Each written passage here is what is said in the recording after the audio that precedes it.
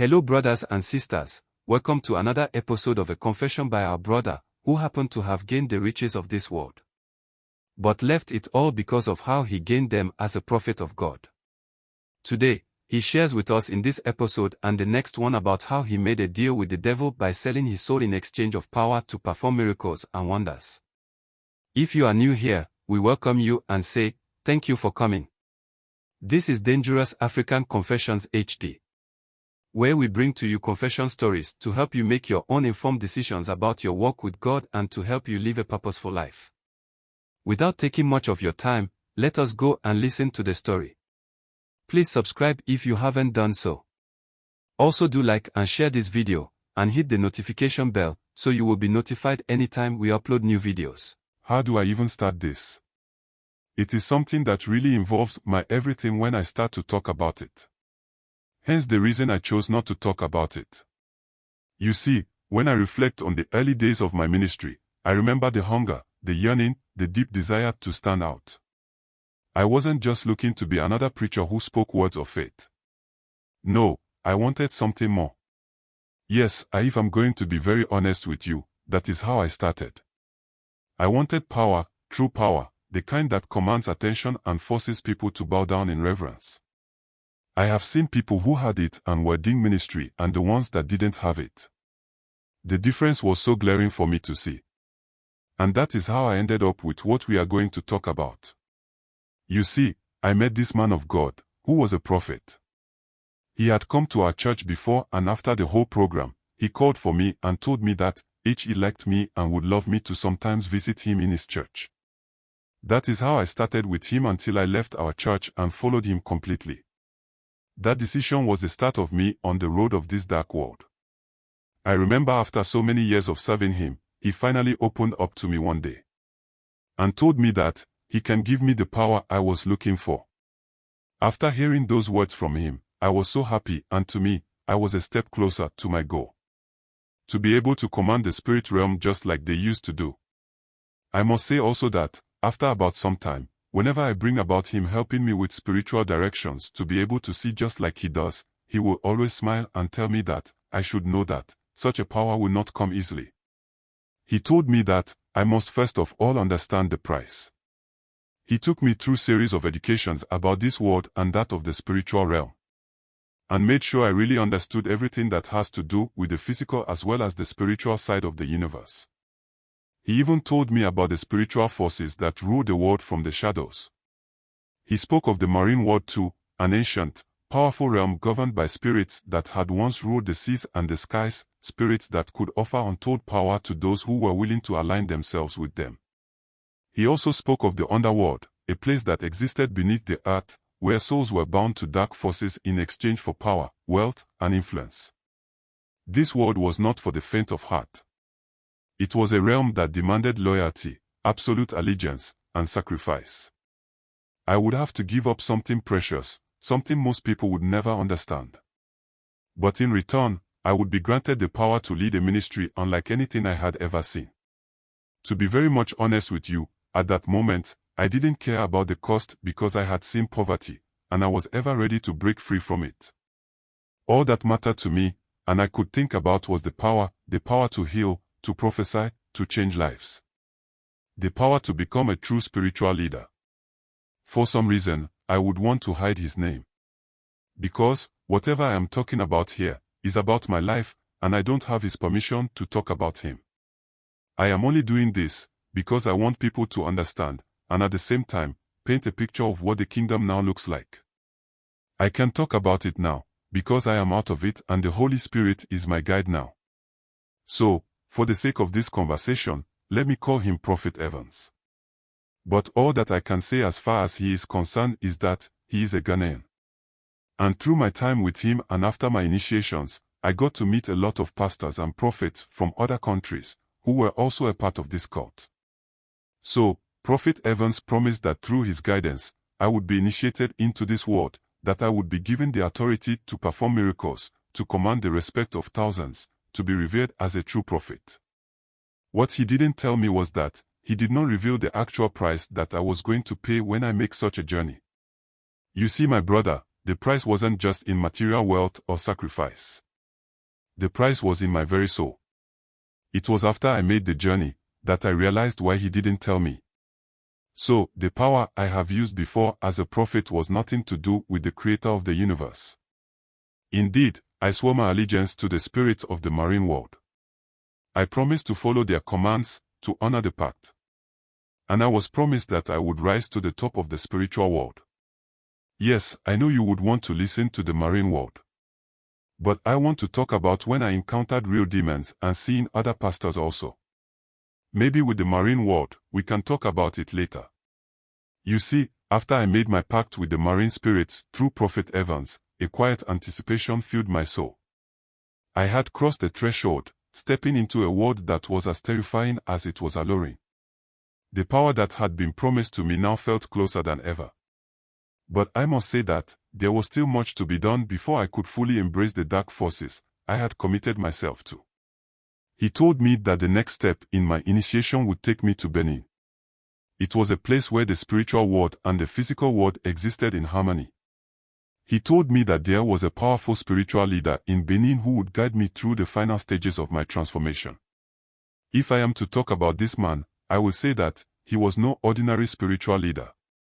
He was a man who had walked between the worlds of light and darkness for many years, one who had the knowledge and the power to help me step fully into my new identity. I didn't know much about Benin. Just stories about how powerful the place is and all that.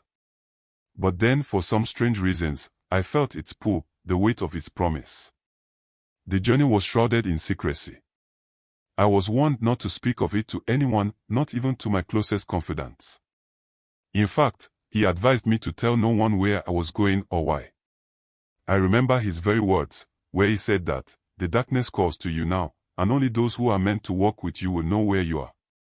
The truth of all these initiations is that, you just don't wake up one day and say you want to be initiated. You will have to know someone who knows the place even exists before you can even embark on a journey like that. So, all the prophets doing what they are doing across the continent, and even the entire world, most of them had people who led them into this place for their initiations. And when they talk to you, or they give you prophecies, you will think it is indeed from God, but they have gone for initiations to be able to do that. So my brother, the day I was to leave, he handed me a small wooden box. Inside it, there was an assortment of herbs, oils, and what appeared to be a small vial filled with a dark liquid. He told me these would be my tools for the journey. So I can tell you that, throughout our journey to this place, he never spoke a word to me, neither did I. The journey was long and uncomfortable. We traveled by bus and then by foot, making the way through dense forest, unfamiliar roads, and remote villages. The further we traveled, the more I began to feel the weight of the darkness surrounding me. There was an unsettling stillness in the air. When we arrived in Benin, I felt as though I had entered another realm. The city was alive with energy, but it wasn't the vibrant, bustling energy of a modern city. It was an ancient, pulsating force that seemed to emanate from the very ground beneath my feet. Everywhere I looked, there were signs of the spiritual world, the markets, the people, the buildings, all of them seemed to whisper in a language I could not yet understand. Prophet Evans leading me, we went to this village in a dense thick forest. And that is where my initiation took place. The moment we stepped onto the grounds, I felt an overwhelming strange hum seem to vibrate through the earth, as if the very land was alive with power. Inside the compound, we met the high priest, a man who was the gatekeeper between the living world and the spiritual realm. He was tall, his skin dark like the night, and his eyes glinted with a wisdom and depth that seemed almost too vast for a human being. He was the one who would conduct my initiation, the one who would ensure that I was ready to walk the path of the chosen. My brother, let me tell you the first words he spoke to me when we got there. He said that, "You have come far, but the hardest part of your journey is about to begin. To take this power, you must be willing to sacrifice everything that you are. To become a prophet of the underworld, you must be reborn. And to be reborn, you must die." You see, when he said that, everything in me vanished. What did he mean by "you have to die"? But Prophet Evans tapped me to remain still. What I can say at this point is that his words were not just metaphorical. The truth of the matter is that the process of initiation required a literal death, the death of the man I once was, so that the new, more powerful version of myself could emerge. For the next few days, I underwent a series of strange and disturbing rituals. The high priest led me through each of them with a calm, methodical precision. First, I was forced to drink the dark liquid from the vial Prophet Evans had given me. The moment the liquid touched my tongue, it was as though the world around me changed. My vision blurred, and a sharp, burning sensation crawled down my throat, filling my body with a heat unlike anything I had ever experienced. I felt like I was being pulled out of my own body, more like I was no longer in control of myself. I was then led into a small, dimly lit room where a circle of other initiates awaited me. Their faces were a mixture of fear and anticipation. But there was something else in their eyes, a deep emptiness that told me they had already given themselves over to the darkness long ago. The high priest instructed me to lie down on a stone altar, and as I did, I felt my heart pounding in my chest. I was terrified. But I couldn't back out now. The pact had already been made. This was my destiny. You should know that what follows are a bit blur in my memory. The high priest and the other initiates chanted in a language I couldn't understand, their voices rising and falling in a rhythmic pattern that seemed to pull me deeper into a trance. I felt my consciousness slipping away, as though I was being transported to another world. In the distance, I could hear strange sounds, like the cries of people in agony, or the laughter of something dark and mocking. The spirits of the underworld were testing me, weighing my soul, preparing me for the final step. And then my brother, as the ritual reached its peak, I felt a sharp, agonizing pain in my chest, a pain so intense that I thought my body would break in two. You see, for a moment, I thought I was dying. And in a sense, I was.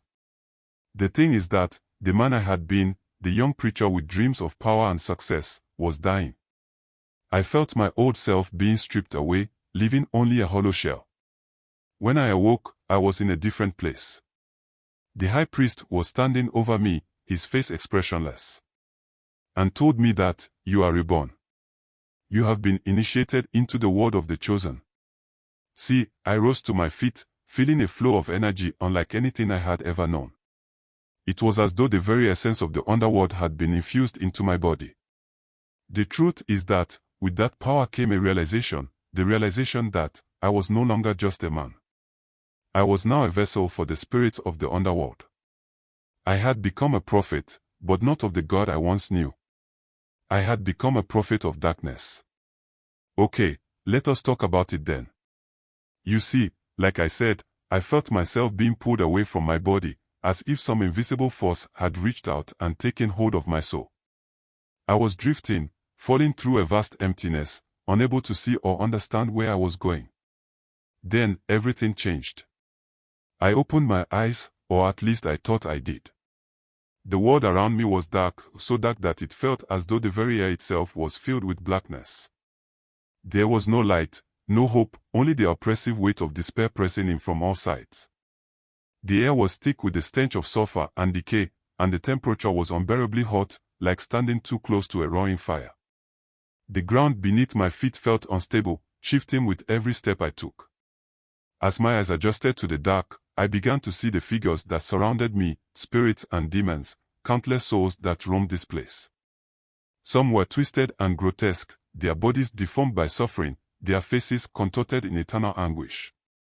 Others were more human, but their eyes, those eyes were empty, hollowed out by the emptiness of their existence. There was no joy here, no peace, only torment and darkness. I felt a pull in the pit of my stomach, as if some unseen force was guiding me deeper into this realm. I tried to resist, but my body wouldn't obey. My feet moved on their own, dragging me through the oppressive heat and the suffocating darkness. The sounds around me were almost deafening, the wails of the damned, the cries of those who had given their souls to this place in exchange for power, wealth, and influence. The first thing I noticed were the symbols etched into the walls of the cavernous space, glowing faintly with a cold, sickly light. These symbols were not of any earthly language, but they pulsed with an otherworldly energy that made my skin crawl. And let me say that, most of your prophets wearing these rings have those signs and symbols on them, telling other person who have been there of a place where his source of power is. Don't forget to please subscribe, share and like our videos. Kindly hit the notification bell so you will be the first to get notification to our videos when we upload. This story reminds us that true power comes from God alone, and it's never worth trading your soul for temporary success or influence. There are many voices in the world that promise power, wealth, and fame, but they often come with a hidden price, one that can cost you your peace, your purpose, and your very soul. Never allow yourself to be blinded by the allure of worldly success. Seek truth over popularity, humility over pride, and authenticity over the illusion of perfection. The light of the Holy Spirit is always available, and no matter how far you've gone or how deep you've fallen, redemption is possible. It may be hard, it may take time, but when you turn toward the truth, you'll find peace and freedom that surpasses any worldly power. And to those who follow leaders or pastors, remember that no one is above God. Keep your eyes fixed on Him, not on any person. Stay grounded in truth, be humble in your journey, and let the light of the Holy Spirit guide your steps. All I will say again is that, stay grounded, stay prayerful, and stay vigilant. Never let anyone, no matter their title or position, control your path, your choices, or your spirit. Thank you for watching, and remember, life is too short to make choices you regret forever. We shall meet again in the next video.